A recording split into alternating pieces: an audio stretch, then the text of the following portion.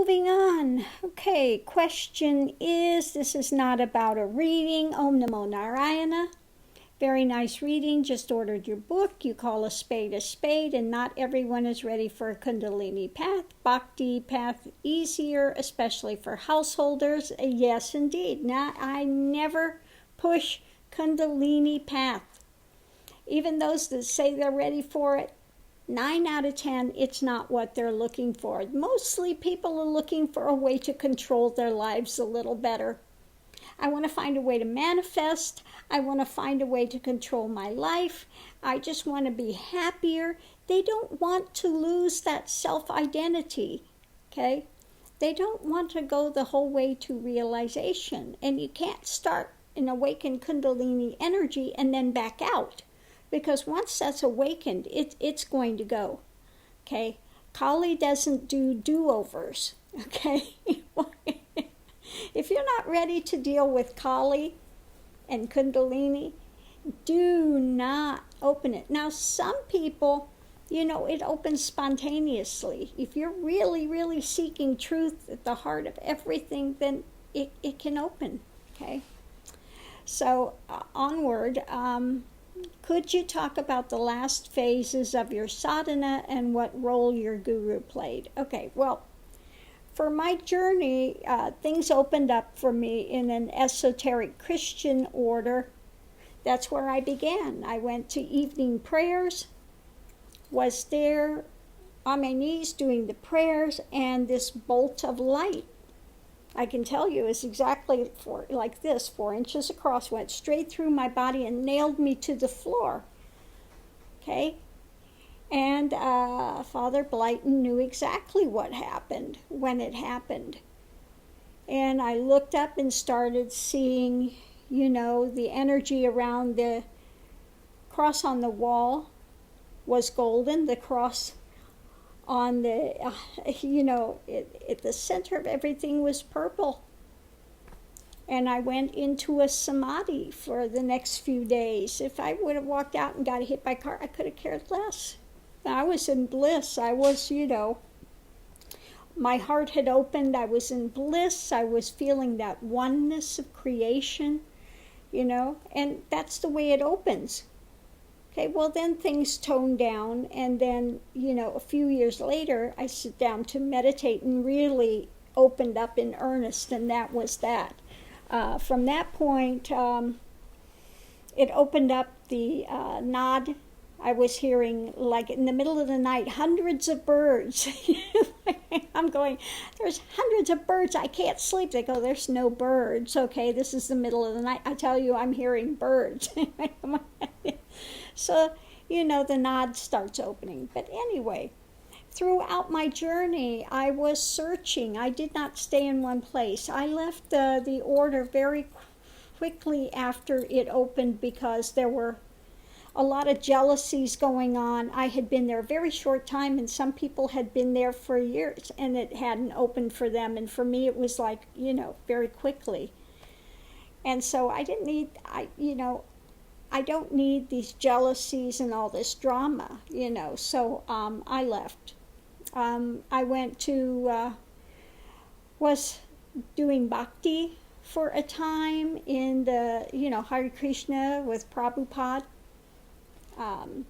A.C. Bhaktivedanta Swami. I was with him for a year on and off and learned about bhakti. I never took initiation there, but when he was, I was in the LA temple. Now I've been in the San Francisco temple, the LA, and the Hawaii, and also I went to pay respects in India, okay, as well. But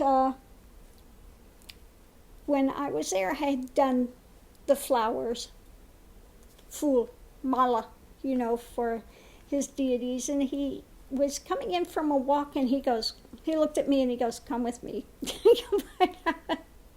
So I went up to his private thing, and he looked at me and told me, you're going to reach realization in this lifetime. He knew. And he also knew it was not my path to stay there, okay?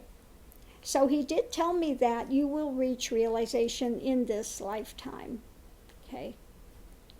So I went and left. I left there as well. Now, most of my time was spent, I was not under a lot of gurus during that time, okay? Most of my journey was just navigating through this and spending the time looking, observing, questioning. I had been already shifted into the state of witness state, observing. I had a lot of phenomena that happened. You hear someone by your ear going, you hear something and you're like, all these things happen. Your consciousness is in your body. It's above the trees. I mean, so many things. Healing opened up for me, being an empath, feeling things that were going on in others' bodies, being able to heal, all these things, they come up along the way. All these cities, powers, all this stuff comes up along the way. And I rapidly discovered these could be stumbling blocks. Because if you are chasing these cities, it keeps you in the realm of duality, dualistic things.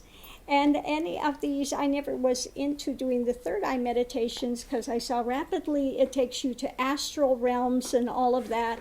And these are self-generating things that you can continue to just manufacture endlessly. Endless realms, seeing gods, goddesses, all of this stuff. Okay. Well, I was under the delusion about Tantra, like so many people are, that your energy needs to be balanced, male, female needs to be balanced, all of this drama. Okay. And I had met somebody online. Oh, my family's tantrics. We've been tantrics all this time. So I went to India to meet him. Okay. I rapidly saw that he was just BS. Okay. Now what happened? On my way to India, I had run across these cassettes, satsangs with Rajiv, and I went, I'd go to this Yahoo. No way. No way would I go to this Yahoo. And then I got a book that was that I took with me that was talking about all the ashrams and different things. Well, where I had gone was Lucknow. Okay, I went to Lucknow, and I was looking up. I'm not going to spend time in an ashram. I'm not going there. I'm not looking for a guru. That's not, no, it's not going to take place, because I know these things are pretty political and stuff. I had already seen that. But I figured, well, I'll go to this one because that guru's already passed. I'm pretty safe going there. Check it out, Well, unbeknownst to me, Rajiv had gotten this visitation by Papaji. Now, some things that Punjaji taught, Papaji taught, I'm sorry, no. But he had gotten a hold of Rajiv and said, you need to go there now. And Rajiv wanted nothing to do with it after Papaji passed, because he saw a lot of people coming up and claiming, this and doing satsangs, and they were not, completed and this and that. He just saw a lot of money-making things going on and stuff there that he didn't want to be involved with at all. Well, he just tried to poo-poo it and bypass it. And then, Papaji appeared to him again. Says, you have to go now, okay? And he did. He went, and he was singing bhajans. Well, I love bhajans, so I decided, well, I'm going to go and listen. Somebody told me, oh, they're having bhajans tonight. Okay, I'll go, because I want to hear the music. Well, I looked at him, and he looked at me, and knew exactly that was it. I came there to meet him. Now, Rajiv was, while he was Papaji was instrumental in getting rid of the last barriers for him, he was actually taught by 3 tantric masters. Okay, and his father was a realized being. Now his father had the sons. He said, it's my time to go, put me in the Ganges. They go, no, you're still alive. We're not putting you in the Ganges. He said, just do it. Okay, just do it. I'm telling you to do this. So they took him, and by the time they got to his head, he left the body. He left it by himself. Okay, so his father was a realized being, and he was a true tantric master. Okay, so he was my last guru. I was only with him for about a month. That was it. He was there, and I was pretty progressed at that point. At that point, I'd already, done all these lovely writings and all of this. I was in witness state, was in the oneness, all of this stuff, and really thought I had been progressed. Anyway, and he's very hardcore. You don't talk back to him. You don't, he is, if a student, talks back, they're gone. You're finished. You're done. That's it. And tantric masters, you don't find them, they find you. Okay, that's the way that works. Well, I was with him, and he is, one day, he's reading these things. I read, if you already, if we believe this, you're already there. And I'm like, already there. And the next second, he turns around. And I mean, if you've ever seen a real tantric master, you do not want to see when this fire comes out. Okay? Because it is fire. He screamed as loud as he could, "You fool! You idiot! You know nothing!" And I mean, he let me have it. And the energy was so strong that came at me, it threw me in on myself. I couldn't speak for 3 days. Nothing would come out. I mean, first you want to have this immediate knee-jerk reaction. And you can't speak. Okay, you can't speak. And it was the best thing he'd ever done for me, because it cut that bondage of mentally thinking you have something, that you're going to get it and understand it logically. Okay? So this threw me back in on myself, and it cut those last bondages. And it was then it was a few months after that, he had left. Okay, he had left and went to, he went to America for a time. He's got students there. But he had left, and I was again on my own, and I was going just by the banks of the Ganges every day, sitting, doing meditation, watching the Ganges, letting all this stuff just flow. Every time I would get on the bridge going across to Rishikesh, I would, not have a connection with the body. So it's like trying to get the body to move, and it's like working a puppet, okay? It was very odd feeling, okay? But there was not this connection with the form at that point. Every time, especially going across that bridge, it would just cut that connection. So anyway, it was a few months after that, and I sat down on the banks of the Ganges, and all of a sudden that last great terror hit, where you've done everything you can do. There's nothing more you can do for your sadhana, okay? And it's, you feel like, this terror. You don't know if you're going to be possessed. You don't know if you're going to die, but something radical is there. And it's like being, the way I explained it, like being in the Grand Canyon on a pitch black night, that you're absolutely compelled to go forward, and that drop is there Okay? It's terrifying. So at that moment, it was this split instant choice that you have. And I said internally, you know, onto the altar of truth, I lay myself. You know, you put that sacrifice of the ego sacrifice. And this was a very real happening that was there. Onto the altar of truth I lay myself. And then you to totally surrender, let go of all control. And again, like I said, it's terrifying because you don't know, you feel like you're going to be possessed. It's a great terror. You know, you just have this void, you don't know what's there. And hoping that there is God and hoping that they're being pulled through, you know. But it happens so quick. It's like you have to make that choice very fast. And all of a sudden, when that was done and totally let go of all control, all sense of trying to, you know, grasp to here, there was no me, no world. It's not something you're seeing with your eyes, your physical, with any of your hearing, your physicality.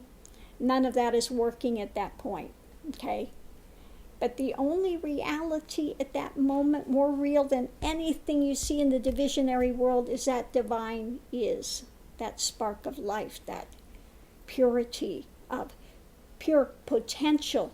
I call it the pregnant void. The pregnant, because it's pregnant with everything that will ever come into existence. It's full and complete as it is. You know, also along the way you hear the Om, you hear the sound of the universe. And once you hear the whole thing, and it's eternal, it's just, again, something that can't be explained with finite mind, trying to explain what happens. So when that happened, everything that you thought you were is at an end. I've never been born, I've never died. I mean, this eternal is. And when I say I'm not talking about a persona. That persona idea of persona is over.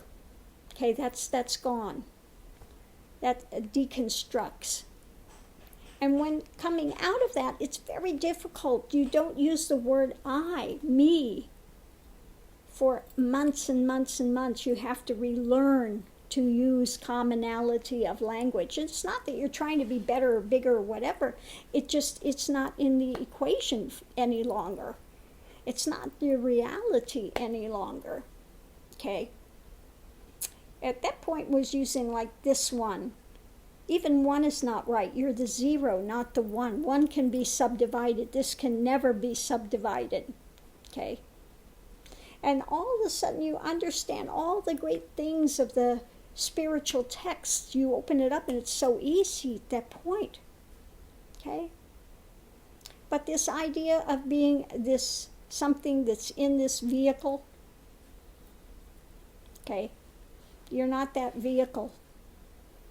None of the things have ever happened to you. Actually, the divine is. It only happened to that story that was held to a physical body. Okay? So that all ends. It's done. Okay? So coming back, we came out of it and contacted my guru and told him what happened.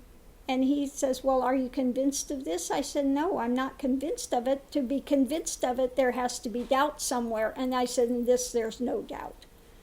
It just is. He said, that's it. Was talking a bit more. He said, that's the Ashtavakra Gita. That's it. That's it. Okay, it's time for you to go be a guru. And at that point, I had no clue what's the Ashtavakra Gita. I'd never read it. The Vivek Chudamani, the Ashtavakra Gita, no idea. So I went and got these texts. And when I opened and read it, it was like, yes, yes, yes, yes, yes. Not trying to figure out. It's your experience. It is your reality. So it's like, yes, yes, yes. And the most important thing that it said was, don't try to figure this out. Because if you're trying to make logical sense of it, trying to get back to the physicality of form, trying to make sense of it logically, the mind will reroute and start again, and you will go back into that persona. Okay, to stay in realization, in Turiyatita, the still mind, you don't go back and try to rationalize, try to figure it out, try to place it again in the dualistic realm. So that was very, very important. So as a consequence, in that time, now I had been accessing stillness and quietude for a long time, but there are no thoughts. It doesn't come back up. That burns like the rest of the, all of those things get burnt. That's it. That's why it's Nibbana, blown out. All of those things are at an end. Okay, it's at an end. And one comes back, and at that point, when realization takes place, at first you're just, everything is like new. It's like, wow. It's like going from black and white to 3D. So, woo, for a few years. But then again, everything begins to settle, and it becomes the norm for you. It becomes the norm, your normal way of being, of working in the world. So it's no longer this great big, wide-eyed thing that it is in the beginning. Okay. But yeah, in the beginning you sit there and your focus is totally in the heart center, and so you sit there and just be entertained for hours watching a tree, a leaf blowing, and when that leaf blows, you feel it fluttering in the heart. You are that. You are that. There is no separation. So again, there are different progressions that even happen after realization, of settling process and things that take place. And the last of the kriyas that blow out. The last set of kriyas that came through, were throwing me around the room. It was like, and then they blew out, and that was the end of that as well. But no matter where you're at, the journey is a solitary one. It's the mystic's journey, and it has to be done through the heart and through observation. And neti, not this, whatever is changeable, whatever is moving, is not the divine is. The divine is that unchanging, absolute, pristine energy. Okay. Which then comes into, that's why the linga is like the zero. Okay? Okay? The linga is like the zero. Pregnant void. And then everything comes in and gets projected out through the yoni. Okay? And projected, and it appears to subdivide. But there's no genuine subdivision in the end. Okay?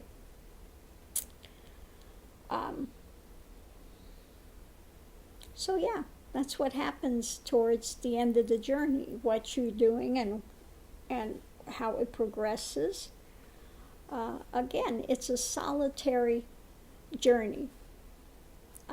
You can't do it, your guru cannot hold your hand through it. It's something, and you have to surrender. Like Christ surrendered himself on the cross, you have to surrender the ego in this journey. Okay? So, yeah.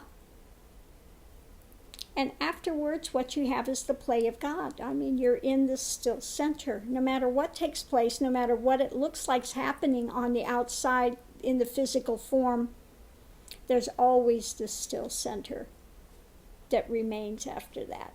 Okay? So I'm going to leave this here. Hopefully that's answered your question. So have a great day. Aho.